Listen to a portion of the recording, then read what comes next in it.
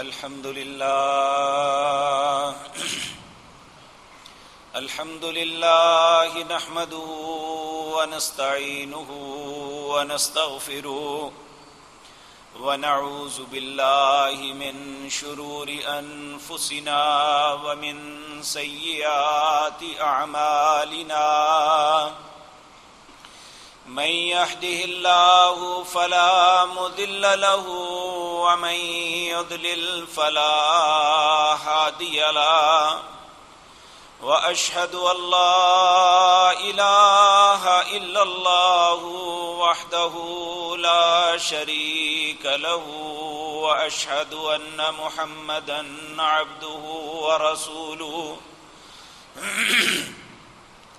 أما بعد فإن خير الحديث كتاب الله وخير الحدي حدي محمد صلى الله عليه وسلم وشر الأمور محدثاتها وكل محدثة بدعة وكل بدعة ضلالة وكل ضلالة في النار رب اشرح لي صدري ويسر لي أمري واحلل عقدة من لساني يفقهوا قولي اللهم انفعنا بما علمتنا وعلمنا ما ينفعنا وزدنا علما رب أوزعني أن أشكر نعمتك التي أنعمت علي وعلى والدي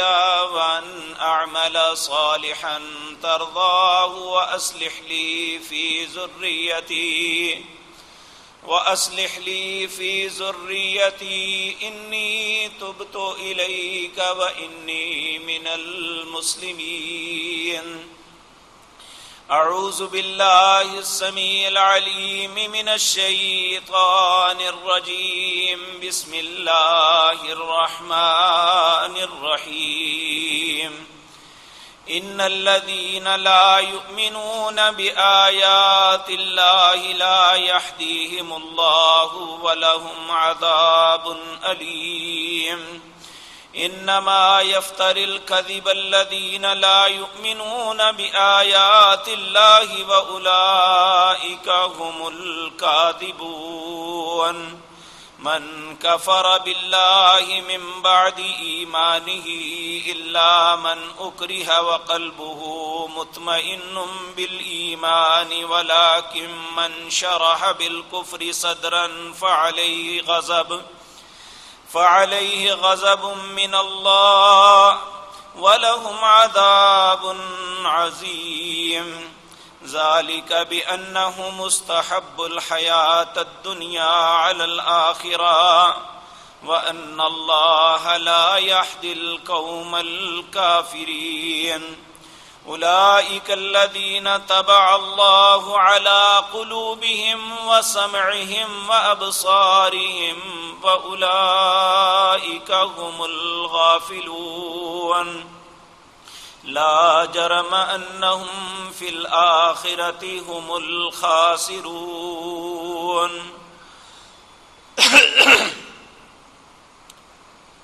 حضرات محترم،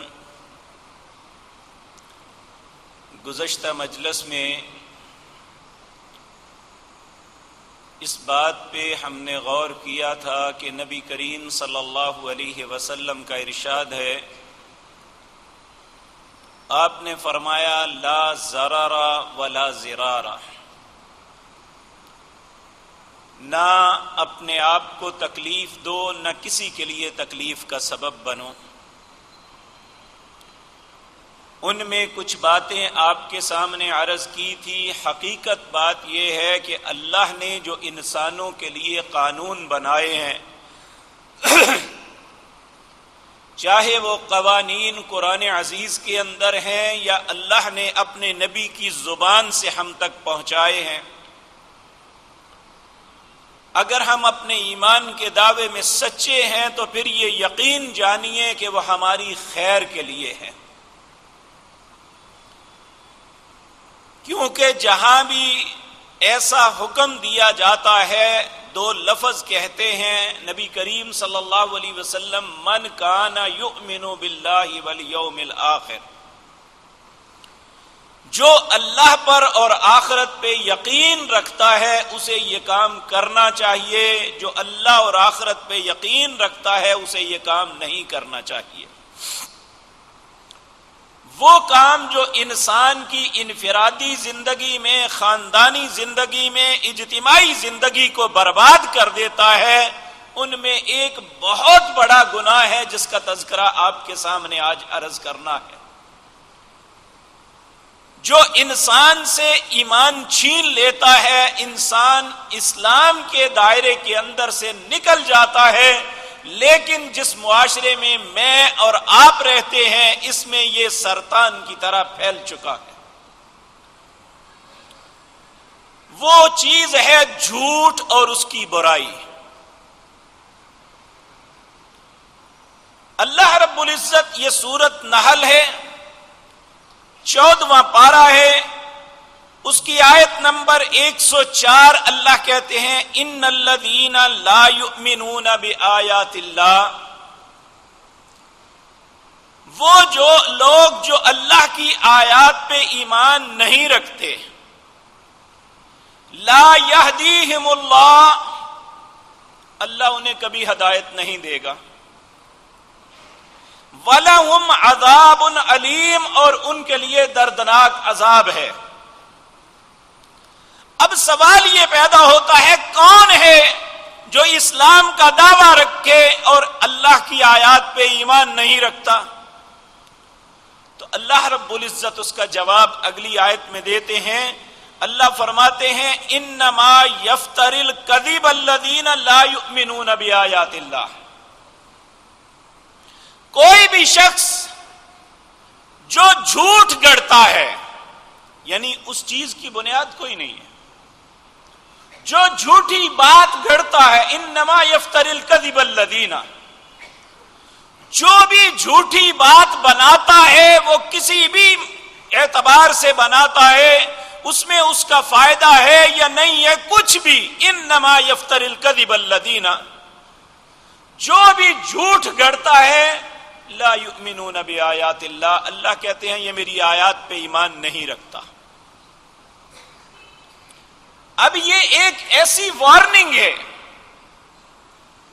کم از کم ہمارے دلوں میں اس کے متعلق تو کوئی خوف نہیں ہے، جبکہ اللہ کی نظروں میں یہ اتنا برا ہے۔ اللہ رب العزت فرماتے ہیں وَأُولَئِكَ هُمُ الْكَاذِبُونَ، جو اللہ کی آیات پہ ایمان نہیں رکھتے وہی جھوٹے لوگ ہیں۔ وَمَنْ كَفَرَ بِاللَّهِ مِنْ بَعْدِ إِيمَانِهِ، جو بھی اللہ کی آیات کا کفر کرتا ہے ایمان لانے کے بعد، کیا مطلب؟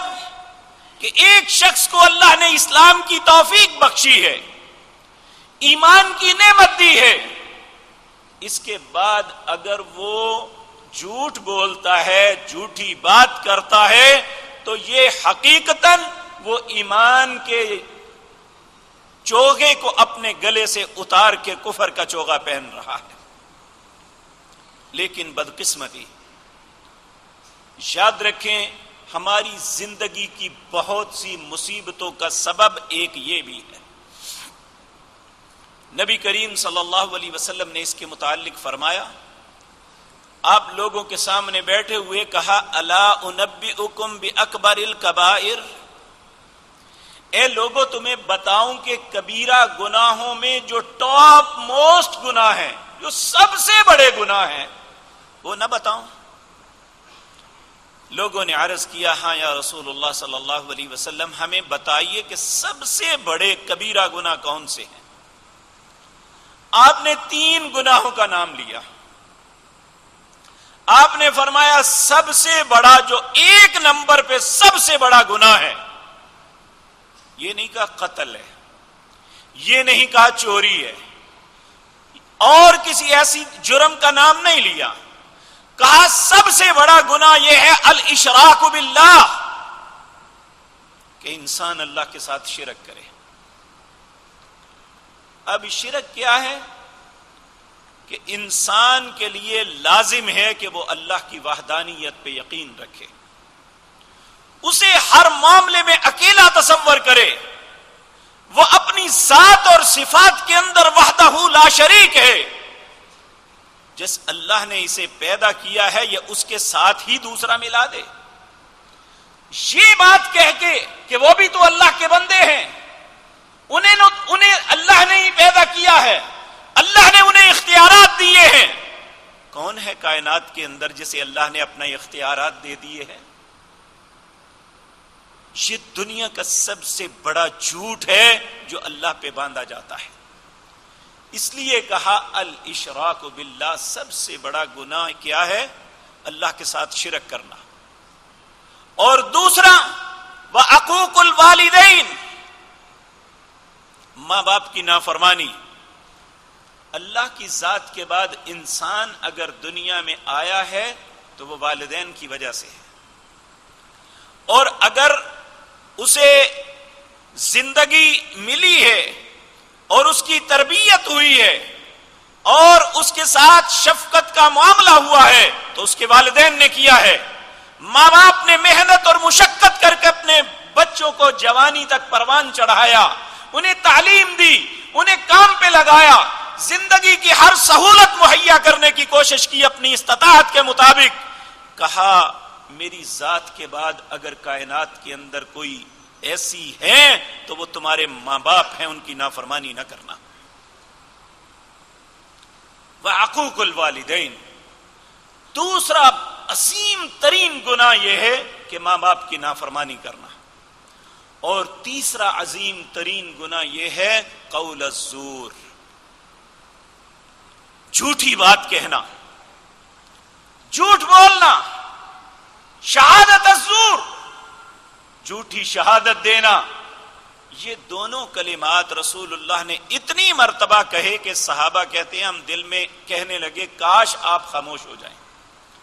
قول الزور شہادت الزور، قول الزور شہادت الزور، قول الزور شہادت الزور، اتنی مرتبہ رسول اللہ صلی اللہ علیہ وسلم نے کہا کہ ہم خوف زدہ ہو گئے کہ یہ اتنا بڑا گناہ ہے اور ہم اسے تصور ہی نہیں کر رہے۔ اب میرے عزیز بھائیو دیکھیں، سب سے پہلے اس چیز نے، اس گناہ نے ہمیں دین کے معاملے میں فتنے میں ڈالا کہ ہم دین کا علم خود نہیں رکھتے، جو کسی نے بتایا وہ مان لیتے ہیں، وہ میں ہوں یا کوئی اور، جو کہتے ہیں ہم کہتے ہیں فلاں سے سنا ہے چونکہ وہ ہمارے فرقے سے تعلق رکھتا ہے۔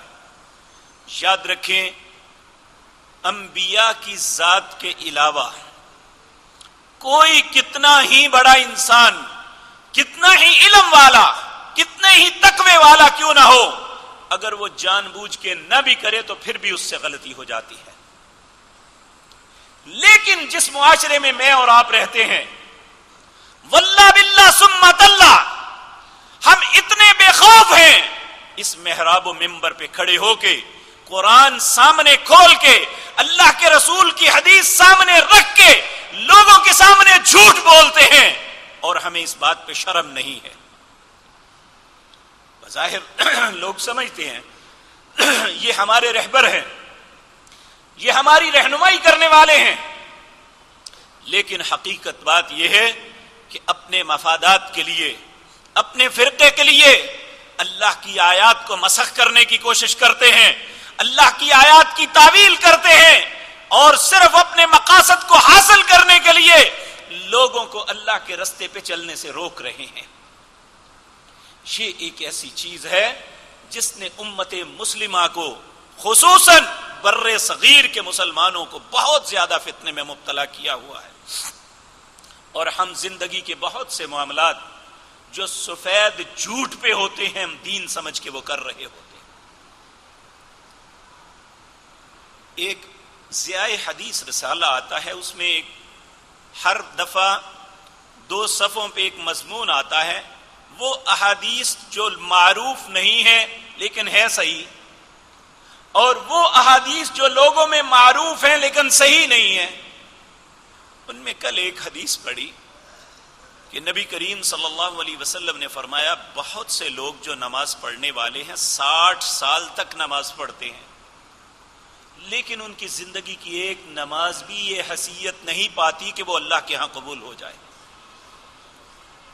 صحابہ نے عرض کیا یا رسول اللہ اس کا سبب کیا وجہ ہے؟ آپ نے فرمایا کبھی اس کا سجدہ درست نہیں ہوتا، کبھی اس کا رکوع درست نہیں ہوتا۔ یہ ایک ایسی بات ہے جس کی طرف ہم یہ دیکھیں صرف اس بنیاد پہ کہ اس کی نادانستہ سجدے یا رکوع کے اندر غلطی ہو جائے تو وہ نماز نامقبول ہو جاتی ہے، تو اگر ہماری نماز ہی سنت کے مطابق نہ ہوئی تو وہ کیسے قبول ہوگی؟ اور شرمناک بات یہ ہے کہ ہم اپنے فرقے کو پالنے کے لیے اللہ کے نبی کی سنتوں کا صریحاً مذاق اڑاتے ہیں اور نہیں تسلیم کرتے۔ اور سب سے بڑی بات یہ ہے کہ اس کا مذاق اڑانے والے علماء ہیں، اللہ کی صریح آیات کی غلط تشریح کرنے والے علماء ہیں۔ اور یہ کب ہوتا ہے؟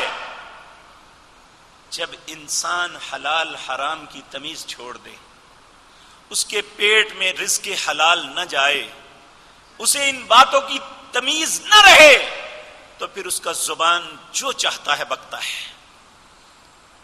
اسے اس کا بات کا بھی احساس نہیں ہوتا کہ میں کس پہ جھوٹ باندھ رہا ہوں، اللہ پہ، اس کے رسول پہ، جبکہ اللہ رب العزت نے فرمایا وَمَنْ أَسْلَمُ مِمَّنِ افْتَرَى عَلَى اللَّهِ كَذِبًا وَهُوَ يُدْعَى إِلَى الْإِسْلَامِ۔ اس سے بڑا ظالم کون ہے جو اللہ پہ جھوٹ باندھ رہا ہے اور لوگ سمجھتے ہیں اسلام کی دعوت دیتا ہے؟ اس سے بڑا ظالم کوئی نہیں ہے۔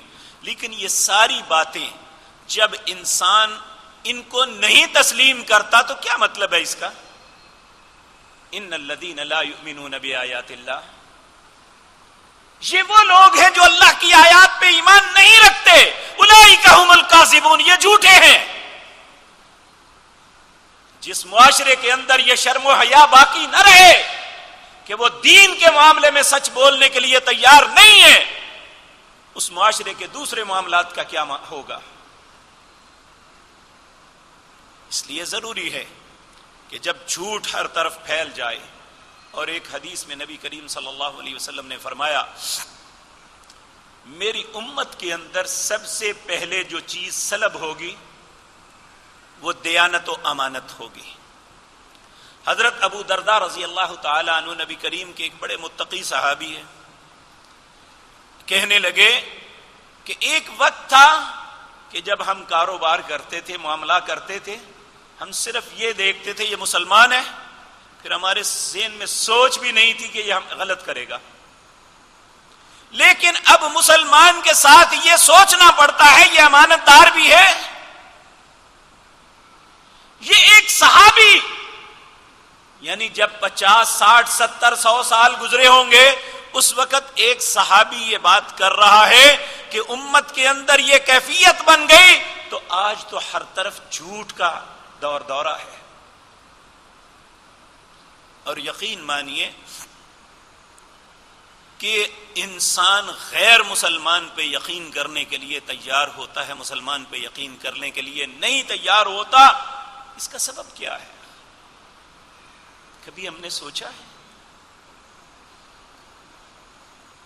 اور دیکھیں دوسرے نمبر پہ پہلا معاملہ یہ علماء کا ہے، اور ایسا کیوں کیا جاتا ہے؟ یہ نہیں کہ وہ جانتے نہیں ہیں۔ نبی کریم اللہ رب العزت نے قرآن عزیز سورۃ بینہ میں فرمایا وَمَا تَفَرَّقَ الَّذِينَ أُوتُوا الْكِتَابَ إِلَّا مِن بَعْدِ مَا جَاءَتْهُمُ الْبَيِّنَةُ۔ یہ جو لوگ متفرق ہوتے ہیں، مختلف باتیں کرتے ہیں، یہ نہیں کہ دلائل نہیں ہے، بس سچی بات کا علم نہیں ہے، واضح دلائل ہونے کے باوجود یہ غلط کام کرتے ہیں، غلط بات کرتے ہیں۔ اور اسی طرح اللہ رب العزت نے سورۃ توبہ کے اندر فرمایا یا ایھا الذین آمنوا، اے لوگو جو ایمان لائے ہو، ان کثیرا من الاحبار والرہبان لَيَأْكُلُونَ أَمْوَالَ النَّاسِ بِالْبَاطِلِ وَيَصُدُّونَ عَنْ سَبِيلِ اللَّهِ۔ اہل ایمان اکثر مولوی اور صوفی تم میں ایسے ہیں جو لوگوں کا مال کھانے کی خاطر اللہ کا رستہ بتانے کے بجائے اللہ کے رستے سے روکتے ہیں۔ تو جب جھوٹ کا ہر طرف دورہ ہو تو ہمیں اپنے دین کے معاملے میں سنجیدگی سے سوچنا چاہیے، کہیں ایسا نہ ہو کسی جھوٹ کے پیچھے لگ کے ہم اپنی دین کو، اپنی زندگی کو برباد نہ کر لیں، اور یہ ہو رہی ہے۔ نمبر 2، انسان کی زندگی میں سب سے اہمیت والی دنیا میں چیز اس کا معاش ہے۔ معیشت کے اندر 2 لوگ ہوتے ہیں، ایک خریدار اور دوسرا فروخت کنندہ، اور ہم جس معاشرے میں رہتے ہیں اس میں دونوں جھوٹ بولتے ہیں۔ خریدار دکاندار کو کہتے ہیں مجھے اتنے میں وہاں سے ملتا ہے، حالانکہ وہ غلط کہہ رہا ہے، کہیں سے نہیں ملتا، نہ کہیں سے پوچھا، نہ کوئی بات ہوئی، جھوٹ بولتا ہے، یہ اپنے رزق، اپنے معاملے کو برباد کرتا ہے یہ کہ مجھے اتنے میں مل رہا ہے۔ اور فروخت کو نندا کہتا ہے میں نے اتنے میں بیچا ہے، تمہیں اتنے میں دے رہا ہوں، یہ بھی غلط بیانی کر رہا ہے۔ نبی کریم صلی اللہ علیہ وسلم نے ارشاد فرمایا، قال ثلاثة لا يكلمهم الله يوم القيامة ولا ينظر إليهم ولا يزكيهم وَلَهُمْ عَذَابٌ أَلِيمٌ۔ 3 لوگ ایسے ہیں لا يكلمهم الله يوم القيامة، قیامت کے دن اللہ ان سے کلام نہیں کرے گا، وَلَا يَنظُرُ إِلَيْهِمْ، ان کی طرف نظر رحمت سے نہیں دیکھے گا، وَلَا يُزَكِّيهِمْ، انہیں پاک نہیں کرے گا، وَلَهُمْ عَذَابٌ أَلِيمٌ، انہیں دردناک عذاب میں ڈال دے گا۔ العیاذ باللہ، اللہ ہم سب کو اپنی پناہ میں رکھنا۔ حضرت ابو ذر اس حدیث کے راوی ہیں، پوچھنے لگے خابوا وخسروا من ہم یا رسول اللہ صلی اللہ علیہ وسلم، اے اللہ کے پیارے رسول، یہ خسارہ پانے والے نامراد لوگ کون سے ہیں جن کے متعلق اتنی سخت بات ارشاد فرما رہے ہیں؟ آپ نے فرمایا، پہلا المسبل الازار، جو تکبر کی وجہ سے اپنا کپڑا، تہمت، شلوار، پینٹ ٹخنوں سے نیچے رکھتا ہے۔ دوسرا فرمایا المنان، جو نیکی اور بھلائی کر کے احسان جتلاتا ہے لوگوں کو۔ اور تیسرا سودا بیچنے یا خریدنے کے لیے جھوٹی قسمیں اٹھاتا ہے، جھوٹ بولتا ہے۔ اور یہ ایک ایسی بیماری ہے جو پورے معاشرے کو الا ماشاء اللہ گھیرے ہوئے ہے۔ کوئی شخص اگر نہیں زبان سے کہتا، اس کے سامنے اس کا سیل مین یہ سب کچھ کر رہا ہے اور وہ خاموش ہے، اس کا یہ مطلب نہیں ہے وہ مبرہ ہے، وہ اس کے ساتھ شریک ہے، کیونکہ وہ اس بات پہ خاموش ہے۔ یہ اس بات ہے کہ یہ جو کچھ کہہ رہا ہے سچ کہہ رہا ہے۔ یہ ایک ایسی چیز ہے جس نے ہماری معیشت کو کینسر کی طرح چاٹ لیا ہے۔ جب کسی چیز کی بنیاد جھوٹ ہوگی، اس رزق میں برکت کیسے آئے گی؟ اس معاملے میں آسودگی کیسے ملے گی؟ کس طرح اصلاح ہوگی؟ اور ہم اس چیز کو چھوڑنے کے لیے تیار نہیں ہیں۔ یہ کہہ کے سب کرتے ہیں، اس کے بغیر گزارا نہیں۔ اللہ رب العزت فرماتے ہیں، یا ایھا الذین آمنوا اتقوا اللہ وقولوا قولا سدیدا، اہل ایمان اللہ سے ڈر جاؤ، سچی بات کرو، سیدھی بات کرو۔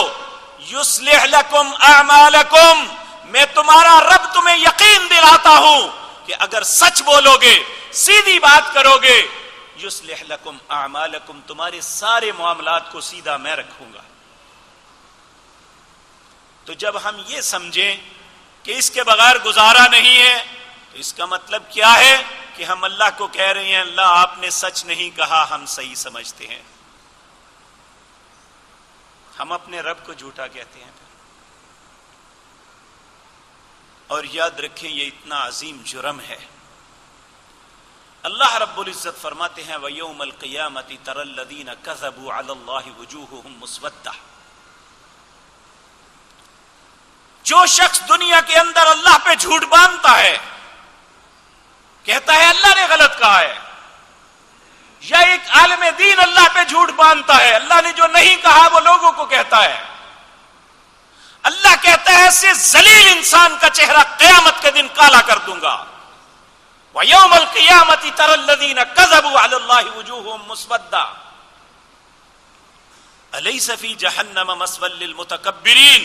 اللہ کہتے ہیں ایسا متکبر کا ٹھکانہ جہنم کے علاوہ کیا ہو سکتا ہے. تو یاد رکھیں چاہے وہ دین ہے یا معاش، اور اس سے آگے ایک معاش کا ذریعہ ہے ملازمت، جس میں انسان کو اللہ اختیار دیتا ہے، وہ اپنے اختیارات کے ساتھ اپنی سیٹ پہ براجمان ہے، اس کے پاس کام کے لیے جاتا ہے، وہ اس کو تھریٹ کرنے کے لیے جھوٹ بولتا ہے، قانون یہ کہتا ہے، قانون یہ نہیں کہتا، صرف اس لیے کہ اس سے رشوت لی جائے. یہ ساری چیزیں کبھی ہم غور سے سوچیں ہمیں کس طرف لے جا رہی ہیں. میرے بھائیو، اگر دنیا کی اقوام کے ساتھ اپنا مقابلہ کریں نا تو شرم سے سر جھک جاتا ہے کہ ہم کسی بات پہ اللہ پہ یقین نہیں رکھتے، کسی بات پہ اللہ پہ بھروسہ نہیں ہے. پوری کی پوری حکومتی مشینری، حکومتی معیشت، لوگوں کے کاروبار سود کی دلدل میں دھنسے ہوئے ہیں، اور وہ سمجھتے ہیں کہ ہمارے کاروبار کی بنیاد یہ سود پہ ہے، اس کا متبادل اسلام کے پاس نہیں ہے. یہ دنیا کا سب سے بڑا جھوٹ ہے.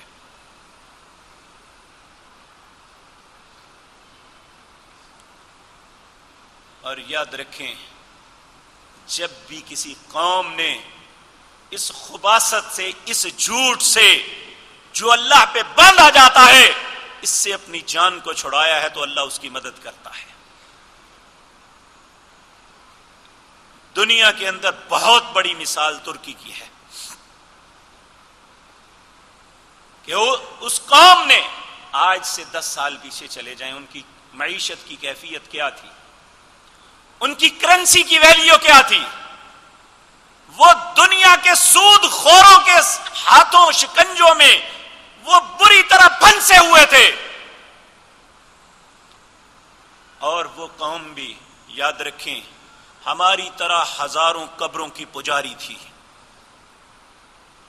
ایک شخص ایسا آیا جس کی زبان سے اس کے علاوہ بات ہی نہیں نکلتی، اس اللہ کی تعریف کرو، اس اللہ سے مانگو، اس اللہ سے مدد مانگو، اس اللہ کے بن جاؤ. بظاہر نہ اس کے چہرے پہ داڑھی نظر آتی ہے، لیکن اس کے دل کے اندر ایک درد محسوس ہوتا ہے، اور وہ اپنی قوم سے بات یہ ایک کرتا ہے کہ جس مالک نے پیدا کیا ہے اس مالک کے حضور آ جاؤ. کیا ہمارے سامنے یہ مثال نہیں ہے؟ اور یہ ایک ایسی قوم تھی کہ دنیا جہان کی ساری برائیاں انہوں نے اپنے اندر سمیٹ لی تھی، اور ان کی یہ کیفیت آج چند سالوں کے اندر کس طرح بدلی کہ انہوں نے قربانی اس لیے دی تھی کہ کچھ بھی ہو جائے اب اپنے دین کو آزما کے دیکھنا ہے. اور جو شخص اللہ کے دین کو خالص حیثیت میں قبول کر لیتا ہے اللہ اس کی حالت کو بدل دیتا ہے. ان اللہ لا یغیر ما بقوم حتی یغیروا ما بانفسہم. اللہ کا قانون اور اصول ہے جب تک اپنے آپ کو نہیں بدلو گے میں تمہیں نہیں بدلوں گا، تمہاری حالت کو نہیں بدلوں گا. ہم اگر اپنی بنیاد جھوٹ پہ بنائیں گے کس طرح ممکن ہے ہماری حالت بدلے گی؟ اور زندگی کا کوئی بھی شعبہ لے لیں، دیکھیں جھوٹ کے متعلق تو رسول اللہ صلی اللہ علیہ وسلم نے اتنا فرمایا کہ حضرت عبداللہ بن عامر ایک چھوٹے سے معصوم صحابی تھے. وہ بیان کرتے ہیں میں چھوٹا سا تھا تو میری نبی کریم ہمارے گھر میں تھے، میری ماں نے مجھے بلایا، عبداللہ میں تمہیں کھجور دیتی ہوں، ادھر آؤ۔ نبی کریم نے پوچھا بیٹی آپ نے اسے کھجور دینی ہے؟ وہ کہنے لگی ہاں یا رسول اللہ صلی اللہ علیہ وسلم۔ آپ نے فرمایا اگر تو نے نہیں دینی تھی، صرف بلانے کے لیے کہا تھا تو یہ بھی جھوٹ تھا۔ اور ہم یہ ایسا اپنے بچوں کے ساتھ کرتے ہیں، میں یہ لے کے دوں گا، ہمیں پتا ہے کہ اس نے بھول جانا ہے ابھی، لیکن اسلام ہمیں یہ بھی اجازت نہیں دیتا کہ ہم ایسا کریں۔ اور نبی کریم صلی اللہ علیہ وسلم نے تو یہاں تک کہا وَيْلُ الَّذِي يُحْدِثُ بِالْحَدِيثِ لِيُزْهِكَ بِهِ الْقَوْمِ فَيَكْذِبُ وَيْلٌ لَهُ، ہلاکت ہے اس بندے کے لیے جو اپنی قوم کے لوگوں کو ہنسانے کے لیے کوئی بات گڑھ کے پیش کرتا ہے، حالانکہ وہ جھوٹ ہے، صرف اپنے ساتھیوں کو مجلس میں بیٹھ کے ہنسانے کے لیے کرتا ہے۔ کہا فَيَكْذِبُ، اور اسے پتا ہے وہ جھوٹ بول رہا ہے، وَيْلٌ لَهُ، اس کے لیے ہلاکت ہے اور کچھ نہیں ہے۔ کیا ہم اپنے ہاتھوں سے اپنی ہلاکت نہیں لکھ رہے؟ اسلام تو ہمیں یہ بھی اجازت نہیں دیتا کہ ہنسانے کے لیے یہ سب کچھ کریں، اسلام یہ بھی اجازت نہیں دیتا کہ ہم اپنے بچے کو بلانے کے لیے جھوٹ بولیں۔ بلکہ ایک بڑی عجیب بات عرض کروں، امام المحدثین حضرت امام بخاری رحمت اللہ علیہ ایک مہینے کا سفر کر کے ایک حدیث کے متعلق پتہ چلا کہ فلاں شخص کے پاس رسول اللہ کی ایک حدیث ہے صلی اللہ علیہ وسلم، وہ لینے کے لیے گئے، گھر میں گئے تو پتہ چلا کہ وہ اپنے جو ہے زمین کے اوپر ہے، اپنے باہر ہیں، کہتے ہیں اس کا معلوم کر کے ان کے رقبے پہ گئے، دیکھا تو ایک شخص بڑا خوبصورت چہرہ مہرہ ہر چیز، اس نے اپنی جھولی کو اس طرح پھیلایا ہوا ہے، اپنے گھوڑے کو بلا رہا ہے، اور آپ جب قریب ہوئے تو آپ کو محسوس ہوا اس کی جھولی خالی ہے، یعنی اپنی جھولی دکھا کے گھوڑے کو یہ پتا چلے کہ اس کے اندر کوئی کھانے کی چیز ہے، وہ قریب آ جائے۔ جب امام بخاری رحمت اللہ علیہ کو یہ احساس ہوا تو آپ وہیں سے پلٹے واپس آ گئے۔ اس بندے نے آواز دی اللہ کے بندے کون ہے، کیوں آیا ہے، واپس کیوں پلٹ گیا ہے؟ آپ کہنے لگے کچھ نہیں۔ وہ بھاگ کے آیا، بھائی تیرے چہرے پہ لگتا ہے تو بڑا لمبا سفر کاٹ کے آیا ہے، تو آتا آتا واپس پلٹ کیوں گیا ہے؟ کہنے لگے مجھے معلوم ہوا تھا کہ تیرے پاس اللہ کے رسول کی ایک حدیث ہے۔ اس نے کہا ہاں ہے۔ آپ نے فرمایا مجھے نہیں چاہیے۔ کہنے لگا کیوں نہیں چاہیے؟ آپ نے فرمایا جو شخص اپنے جانور کو دھوکہ دے سکتا ہے وہ مجھے بھی دے سکتا ہے، میں اللہ کے رسول کی حدیث تجھ سے نہیں لوں گا۔ آپ اندازہ فرمائیں، یہ ہے اسلامی تصور، یہ ہے اسلامی طرز زندگی۔ اور یاد رکھیں، ہم ایک لفظ سنتے ہیں حدیث کے متعلق، عموماً یہ حدیث صحیح ہے، یہ حدیث ضعیف ہے۔ ضعیف کیا ہوتی ہے؟ یہی اس کا بیان کرنے والے پہ جھوٹ کی تہمت ہوتی ہے کہ یہ شخص زندگی میں جھوٹ بولتا تھا، اور جس شخص پہ جھوٹ ثابت ہو جائے اس کی گواہی کو قبول نہیں کیا جاتا، چاہے وہ رسول اللہ کی بات کیوں نہ کر رہا ہو۔ اور یاد رکھیں، ایک سورۃ نور کے اندر جو شخص زنا کرتا ہے اس کے متعلق حکم ہے کہ اگر اس کے خلاف کوئی مقدمہ دائر کرنا ہے تو 4 عینی شاہد ہونے چاہیے، جنہوں نے آنکھوں سے دیکھا ہے، عینی شاہد ہونے چاہیے۔ اگر 3 بھی ہیں تو وہ مقدمہ لے کے نہ جائیں، کیونکہ اگر وہ 3 2 1 ہوا اس کو بہتان تصور کیا جائے گا اور انہیں 80 درے لگائے جائیں گے، اور جب تک وہ زندہ ہے توبہ نہیں کر لیتا اس کی شہادت کو قبول نہیں کیا جائے گا، اس نے جھوٹ بولا ہے۔ یعنی اسلام کے اندر ایک مرتبہ جھوٹی شہادت دے دی جائے تو پوری زندگی اسے بے اعتبار سمجھ لیا جاتا ہے۔ ہم زندگی میں کیا کر رہے ہیں اور اپنے آپ کو صاف ستھرا سمجھتے ہیں۔ میرے بھائیو، اسلام ایک ایسی چیز ہے جس کے اندر کسی پہ لعنت، مسلمان کے اوپر سوائے ایک گناہ کے کسی چیز پہ لعنت کرنا جائز نہیں ہے۔ وہ کیا ہے؟ جھوٹ۔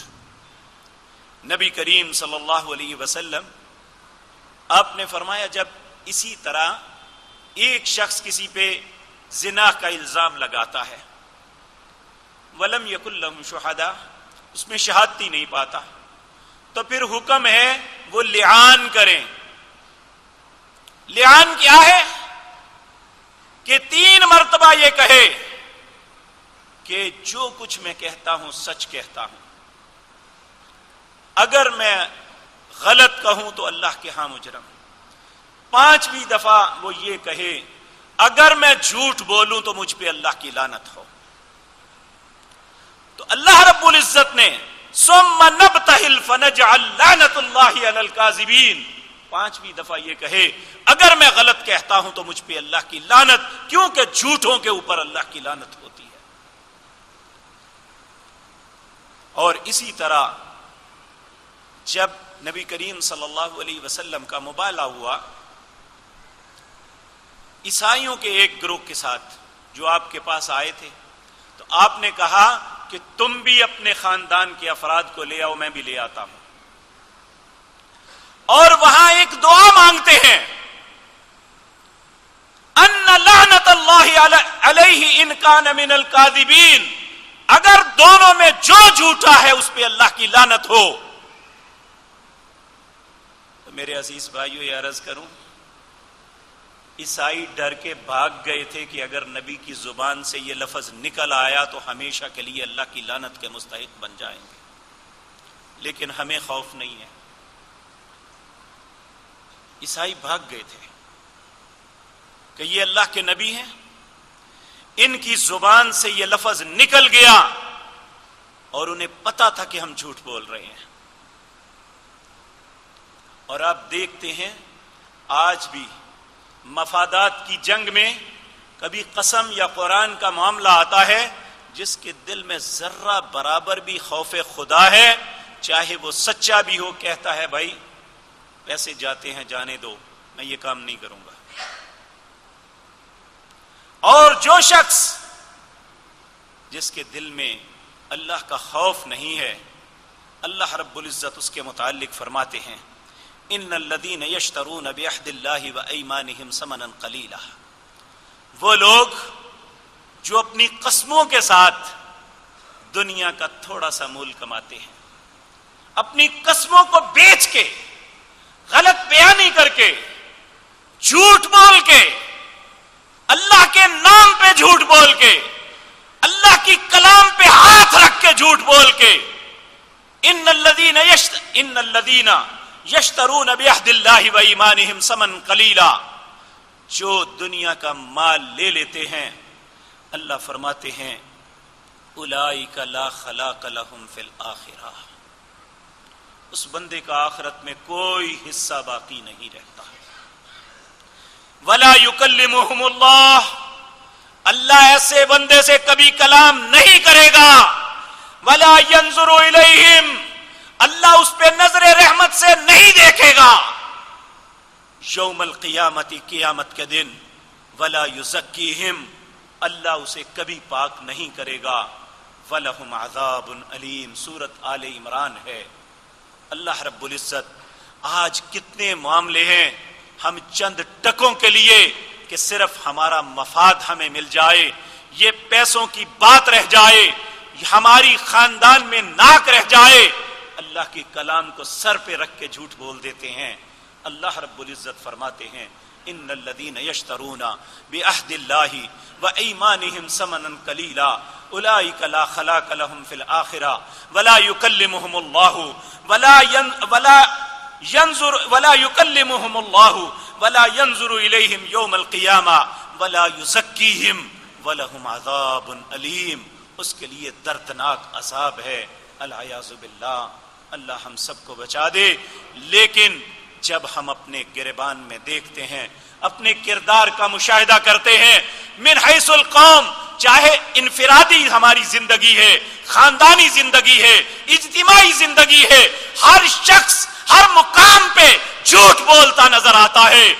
میرے بھائیو، کس طرح اصلاح ممکن ہے؟ جب تک ہم اس خباثت سے جان نہیں چھڑائیں گے، ہمارے لیے خیر کا دروازہ نہیں کھلے گا۔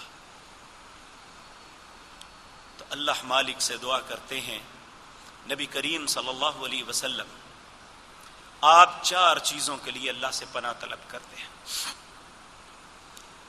آپ اللہم انی اعوذ، اللہ اکبر، آپ اللہ سے یہ دعا کرتے، اے میرے اللہ، میری آنکھوں کو خیانت سے پاک کر دے۔ اللہم طہر اعیننا من الخیانہ، اے اللہ میری آنکھوں کو خیانت سے پاک کر دے۔ وَأَلْسِنَتَنَا مِنَ الْكَذِبِ، میری زبان کو جھوٹ سے پاک کر دے۔ وَقُلُوبَنَا مِنَ النِّفَاقِ، میرے دل کو نفاق سے پاک کر دے۔ وَأَعْمَالَنَا مِنَ الرِّيَاءِ، میرے اعمال کو ریاکاری سے پاک کر دے۔ وَأَمْوَالَنَا مِنَ الرِّبَا، میرے مال کو سود سے پاک کر دے۔ یہ 5 چیزیں ایسی ہیں جو انسان کی تباہی، ایک مسلم کی تباہی، اس کے معاشرے کی تباہی کا سبب بنتی ہیں۔ ان میں ایک جھوٹ ہے۔ نبی کریم صلی اللہ علیہ وسلم نے یہ جو دعا حقیقتاً آپ نے اپنے لیے نہیں، کیونکہ نہ آپ کی آنکھ خیانت کرنے والی تھی، نہ آپ کی زبان جھوٹ بولنے والی تھی، نہ آپ کے دل میں نفاق کا شائبہ تھا، اور نہ آپ کے اعمال میں ریاکاری تھی، اور نہ کبھی سود کے متعلق آپ نے سوچا تھا۔ یہ حقیقتاً مجھے اور آپ کو کہا گیا تھا کہ تم اپنے آپ کو اللہ سے بچنے کے لیے التجا کرنا۔ اللہم طہر اعیننا من الخیانہ والسنتنا من الکذب وقلوبنا من النفاق واعمالنا من الریا واموالنا من الربا۔ اے اللہ، ان 5 چیزوں سے ہم سب کو بھی اپنی پناہ میں عطا فرما دینا۔ اے اللہ، ہم سب کو ان خباثتوں سے بچا لینا، کیونکہ انسان کے اعمال، اس کا ایمان، اس کے معاملات، سارا کچھ بگڑ جاتا ہے۔ اگر جھوٹ آ جائے تو اس کی زندگی میں کوئی بھی خیر کی چیز باقی نہیں رہتی۔ اے اللہ، ہم سب کو جھوٹ سے محفوظ رکھنا، جھوٹی بات سے محفوظ رکھنا، اور جھوٹی گواہی سے محفوظ رکھنا۔ سبحان ربک رب العزت عما یصفون وسلام علی المرسلین۔ ان الحمد للہ نحمده ونستعینه ونستغفره ونعوذ باللہ من شرور انفسنا ومن سیئات اعمالنا، من يهده الله فلا مضل له ومن يضلل فلا هادي له، واشهد ان لا اله الا الله وحده لا شريك له، واشهد ان محمدا عبده ورسوله۔ اللهم صل على محمد وعلى آل محمد كما صليت على إبراهيم وعلى آل إبراهيم إنك حميد مجيد۔ اللهم بارك على محمد وعلى آل محمد كما باركت على إبراهيم وعلى آل إبراهيم إنك حميد مجيد۔ ایک بھائی نے کہا ہے کہ میری دادی اماں بیمار ہیں، اللہ انہیں صحت کاملہ عاجلہ عطا فرمائے۔ ایک بھائی نے کہا ہے ہمارا بچہ اغوا کر لیا گیا ہے، دعا کریں جن کے پاس ہے اللہ ان کے دل میں رحم ڈال دے۔ اے مالک الملک، اس کی اور جتنے بھی بچے ہیں اے اللہ ان کی حفاظت فرما۔ اس وقت اتنی خود غرضی، کمینگی اور یا خباثت انسانوں کے دلوں میں آ گئی ہے، کہ پچھلے دنوں ایک خبر آئی تھی کہ صرف پنجاب کے اندر کچھ ماہ کے اندر 900 بچے جو ہے وہ کڈنیپ کیے گئے. تو یہ بات یاد رکھیں, میں عرض کر دوں, ہماری پولیس ان ساری چیزوں کی ذمہ دار ہے کہ وہ اسی چیز کی تنخواہ لیتے ہیں کہ انہیں امن و امان کی ذمہ داری سونپی گئی ہے. اگر وہ اپنی ڈیوٹی صحیح طریقے سے ادا نہیں کرتے تو یاد رکھیں قیامت کے دن ان ساری باتوں کا انہیں جواب دینا پڑے گا. اگر وہ ان باتوں سے اللہ کی بارگاہ میں کامیاب ہونا چاہتے ہیں تو اپنی ذمہ داری کو ادا کریں. تو اس لیے یہ میں خیر خواہی سے یہ بات عرض کر رہا ہوں, اور یہ ایک حقیقت ہے, اس سے انکار نہیں کیا جا سکتا کہ کسی تھانے کا انچارج اچھا انسان آ جائے یا شہر میں کوئی انچارج اچھا انسان آ جائے, ایک بندے کے آنے سے اتنی بڑی تبدیلی واقعہ ہوتی ہے کہ اس علاقے کے جرائم ختم ہو جاتے ہیں, یا کم از کم ان کی ریشو بہت کم ہو جاتی ہے. اور جن علاقوں میں کھلم کھلا جرائم ہوتے ہیں اس کے ذمہ دار وہاں کے SHOs ہیں, اور وہ اپنی ذمہ داری کو صحیح ادا نہیں کر رہے. اور یہ بات یاد رکھیں, وہ رشوت نہیں بھی لیتے پھر بھی وہ مجرم ہے, کیونکہ جو ذمہ داری انہیں دی گئی تھی وہ نہیں کر رہے. اسی طرح حکومت بھی, انہیں یاد رکھ لینا چاہیے, ان لوگوں نے 30 سال سے تمہارے ساتھ بہت پیار کیا ہے, تمہیں ووٹ دیے, ہمیشہ عزت بخشی, لیکن اس وقت تم جانوروں اور درندوں کی طرح اپنے ہی لوگوں کے خلاف کھڑے ہو گئے ہو. اور انشاءاللہ میں آپ کو عرض کر دوں, یہ آپ کی عزت کا آخری وقت ہے, اس کے بعد ذلت تمہارا مقدر ہوگی. اگر ان لوگوں کو ذلیل کرو گے تو تمہیں کبھی عزت نہیں رہے گی. یہ کچھ بچوں نے آپ سے التماس کی ہے جنہوں نے امتحان دیے ہوئے ہیں کہ ہمارے لیے دعا کریں. اللہ رب العزت ہمارے ہر بچے کو کامیابی سے ہمکنار فرمائے. دنیا اور آخرت کے ہر امتحان میں مسلمان جو بھی ہے اللہ انہیں کامیابیاں نصیب فرمائے. یہ بھائی نے خواب کے متعلق پوچھا ہے کہ بری خواب آئے تو نہیں بتانی چاہیے, اچھا خواب آئے تو. دیکھیں, میں خواب کا علم ہر بندے کو نہیں ہوتا. میں اس معاملے میں ہاتھ کھڑا کرتا ہوں, مجھے اس معاملے میں کچھ بھی پتہ نہیں ہے. بہت کم لوگ ہوتے ہیں جو خواب کے علم کے متعلق عبور رکھتے ہیں. آپ کسی ایسے شخص سے پوچھیں, وہ آپ کو شاید بتا سکے. میں معافی چاہتا ہوں.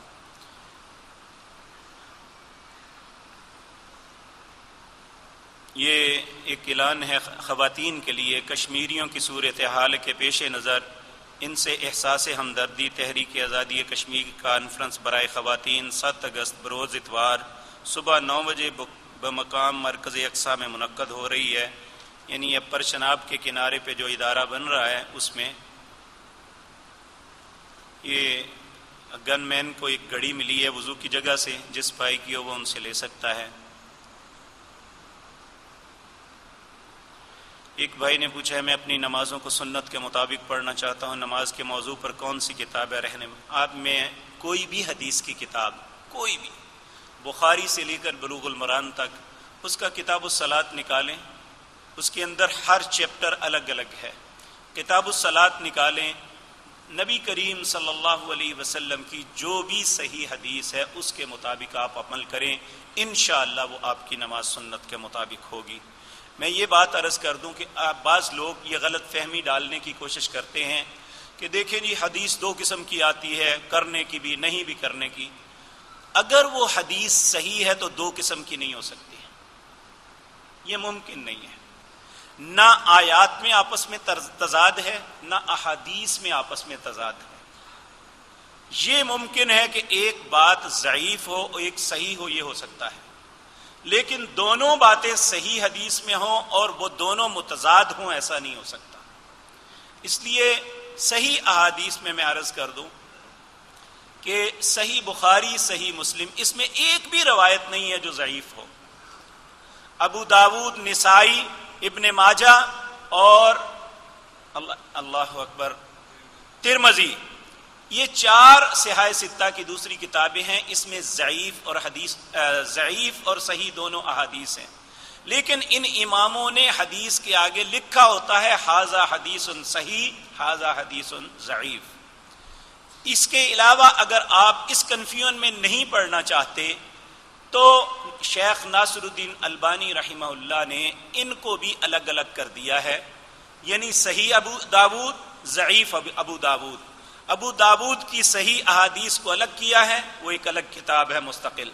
اسی طرح جو ضعیف یا موضوع روایات ہیں انہیں الگ کر دیا ہے، وہ ان کی ایک کتاب ہے سلسلہ احادیث ضعیفہ یا موضوعہ، اس کے اندر وہ ساری درج ہے کہ یہ احادیث رسول اللہ سے ثابت نہیں ہے۔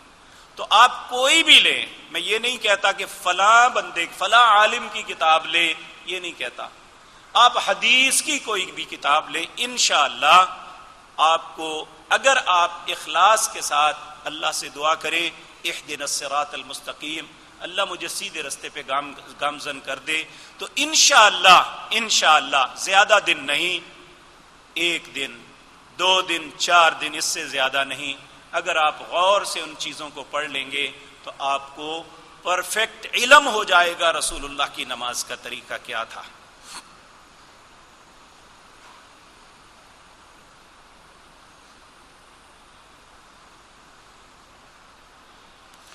ہمارے بازار میں مسجد میں اکثر نماز سے دیر ہونے پر میں وہاں نماز ادا کرنے کے لیے جاتا ہوں۔ مسجد امام کے عین سامنے قالین پاک ہے، آیا کہ نبی مسجد میں جوتا نہیں لے کر گئے تو کیا وہاں نماز ہو جاتی ہے یا نماز وہاں ادا ہو جاتی ہے؟ یہ آپ کے سوال کی سمجھ نہیں آئے، آپ بعد میں تشریف لائیں، میں انشاءاللہ عرض کر دوں گا۔ بچہ یا بچی جو نابالغ ہوں اگر ان کا پیشاب کپڑوں کو لگ جائے، نابالغ نہیں ہے، جب تک بچہ یا بچی دودھ پیتے ہیں، جب وہ ٹھوس غذا کھاتے ہیں اس وقت یہ کیفیت ختم ہو جاتی ہے۔ بچے کا پیشاب اگر وہ اپنی ماں کے کپڑوں پہ کر دے تو وہ چھینٹا مارے تو ٹھیک ہے، بیٹی کا پیشاب ہو تو اسے دھونا پڑے گا، اپنی ٹانگوں کو بھی یا جس جگہ پیشاب لگا ہے اور کپڑے کو بھی دھونا پڑے گا۔ یہ صرف اس وقت تک ہے جب تک یہ ٹھوس غذا بچے نہیں لیتے۔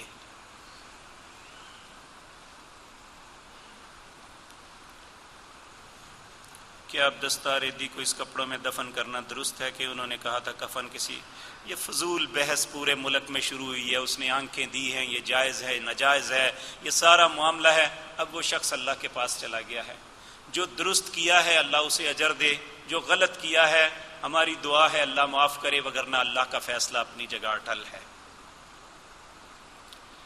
یہ بھائی نے کہا ہے کہ مسجد کے باتھ روم آپ کی توجہ، انشاءاللہ العزیز کافی دیر سے جو ہے نا کوئی اچھا کاریگر نہیں مل رہا تھا، انشاءاللہ العزیز چند دنوں میں یہ اس کی ریپیئرنگ شروع کروا دیں گے۔ جو کچھ ہوا ہے صرف حقیقت بات یہ ہے کہ کئی دفعہ کئی لوگوں کو بلایا ہے، یہ اس جگہ کے ہاتھ نہیں ڈال رہے، واللہ عالم کیا مسئلہ ہوا ہے، یہ اللہ کی طرف سے ایک دیر تھی، وگرنہ کوشش یہی تھی کہ جلدی سے جلدی یہ پھر صاف ستھرے ہو جائیں۔ انشاءاللہ آپ کی توجہ دلانے کا شکریہ، اس سے پہلے بھی اس معاملے میں پریشان تھے، انشاءاللہ چند دنوں میں یہ کام شروع ہو جائے گا۔ اللہم انصرنا ولا تنصر علینا واعزنا ولا تذلنا وزدنا ولا تنقصنا وارحمنا انت مولانا فانصرنا علی القوم الکافرین۔ اللہم اعز الاسلام والمسلمین واذل الشرک والمشرکین۔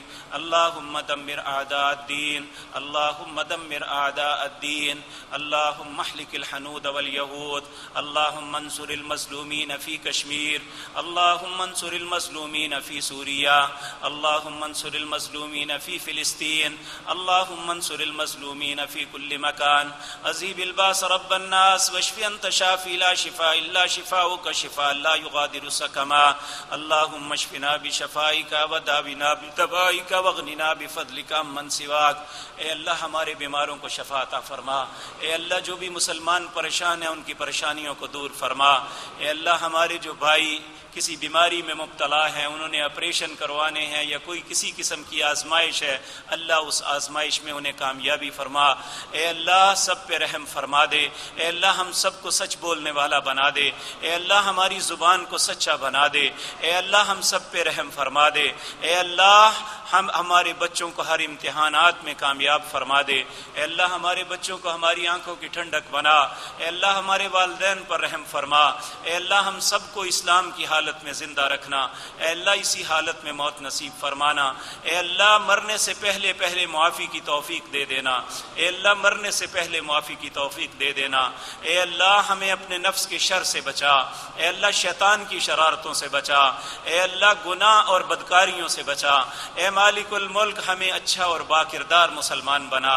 اے مالک الملک جو فوت ہو چکے ہیں ان پہ رحم فرما، اے اللہ تو ہم سب پہ رحم کر دے، اے اللہ ہماری حاجتوں کو پورا کر دے۔ سبحان ربک رب العزت عما یصفون وسلام علی المرسلین۔